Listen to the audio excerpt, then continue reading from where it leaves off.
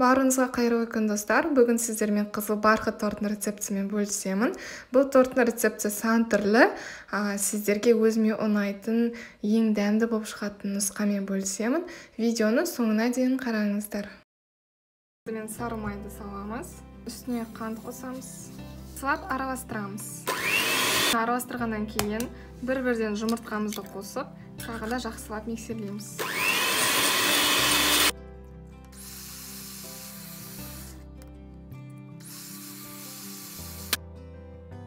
Күнбағыс майын қосып, тағы да жақсылап миксерлейміз. Бұл бізде жұмыртқалы массамыз. Бұл жұмыртқалы массамыз дайын. Енді біз құрғақ ингредиенттерді біріктіріп қоямыз. Ол үшін бөлек ыдыс аламыз. Осыған ұнымызды қосамыз толықтай. Какаоны қосамыз, соды. Қопсытқыш. Ыдыстың ішінде жақсылап араластырамыз. Құрғақ ингредиенттерімізді араластырып қойдық, ол дайын. Енді біз бояғышымызды дайындаймыз. Бояғышымызды дайындау үшін бізге кефир керек, яғни айран. Менде дүкеннің айраны. Осыған біздің бояғышымызды қосамыз. Менде осындай гелевый краситель. Міндетті түрде гелевый болуы қажет. Сухой краситель, яғни құрғақ красительдер бармайды. Тек қана гелевый болу керек. Сосын салған соң осылай араластырамыз. Егер гелевый краситель болмай жатса, онда құрғақ бояғышты қосуға болады, бірақ та түсі осындай қызыл болып шықпайды. Ол кішкене бордовый түсті болып шығады. Негізі осындай гелевый краситель пайдаланғаны жақсы. Егер айран болмай жатса, онда жылы сүтке лимонды қосып, араластырып қоясыздар. Жаңағы сүтіміз кішкене ірейді, сол кезде бояғышымызды қосуға болады. Солай айранды жаңағы сүтке алмастыруға болады. Сүт пен лимонды араластырып алмастырасыздар. Міне осылай араластырып қойдық, біздің бояғышымыз дайын. Ал енді біздің тортымызды қамырын жасаймыз. Үшін біздің жұмыртқалы массамызға жаңағы құрғақ ингредиенттермен біздің бояғышымызды араластырып қосамыз. Құрғақ ингредиенттерді мен міндетті түрде електен өткізіп аламын. Сол кезде біздің қамырымыз жақсы көтерілетін болады. Осылай қасықтап салып қоям. Жаңағы біздің құрғақ ингредиенттерді. Содан соң алып осылай қосамын. Кішкенеден 3 бөлікке бөліп қосам. Мынанда кішкене бөлін осылай қосам. Енді миксерлеймін жақсылап.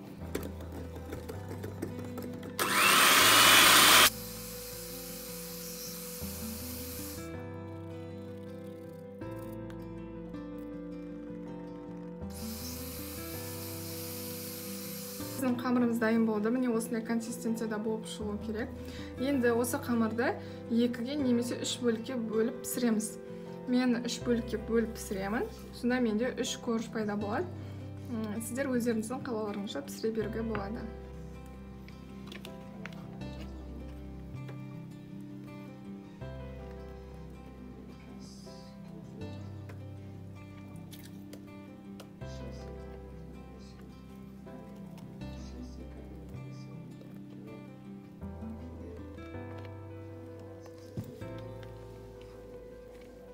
Көз мөлшерімен осылай бөлемін тепеден.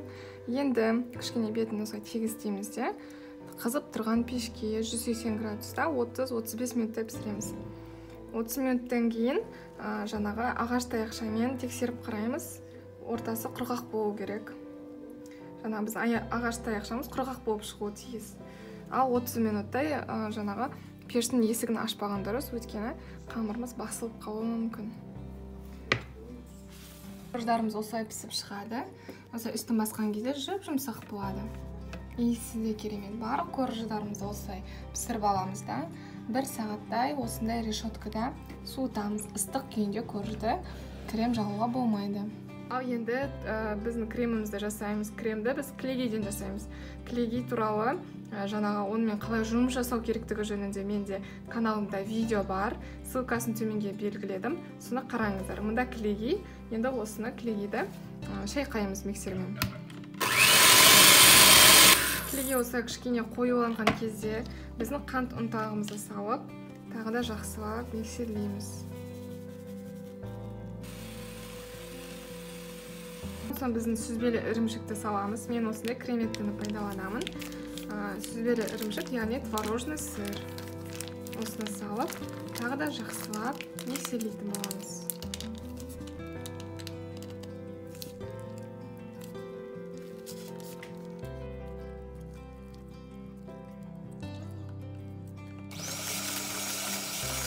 Біздің креміміз дайын болды. Осылай формасын өте жақсы ұстап тұру қажет. Осындай болу керек.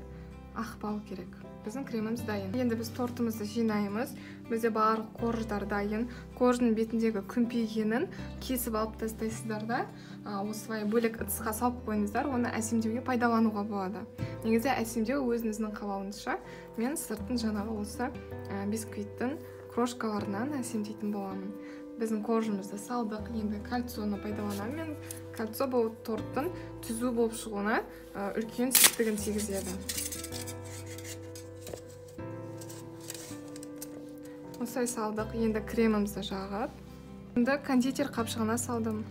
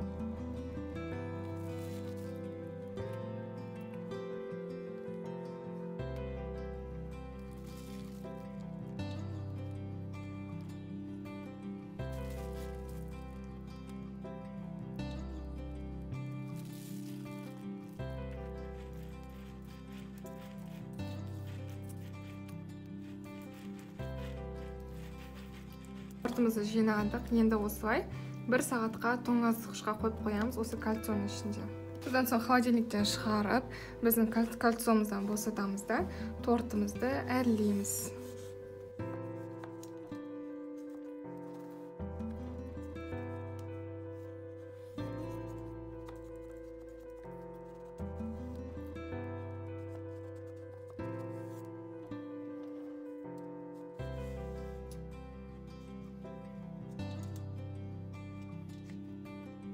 Тортымыздың жандарын осындай қалған креммен жағып шығамыз.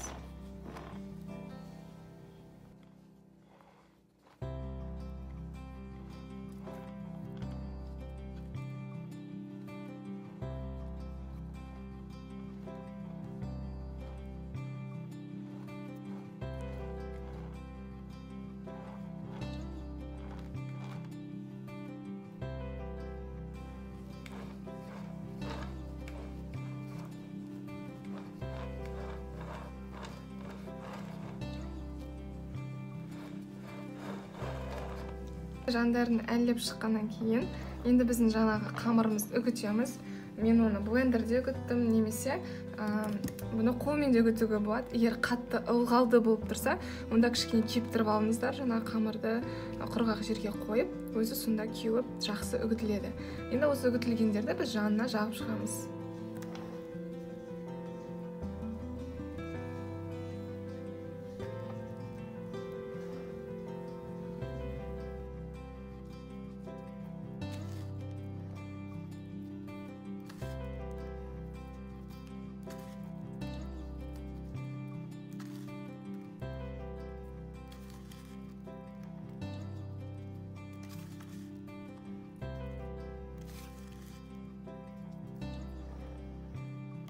Біздің тортымыз дайын болды.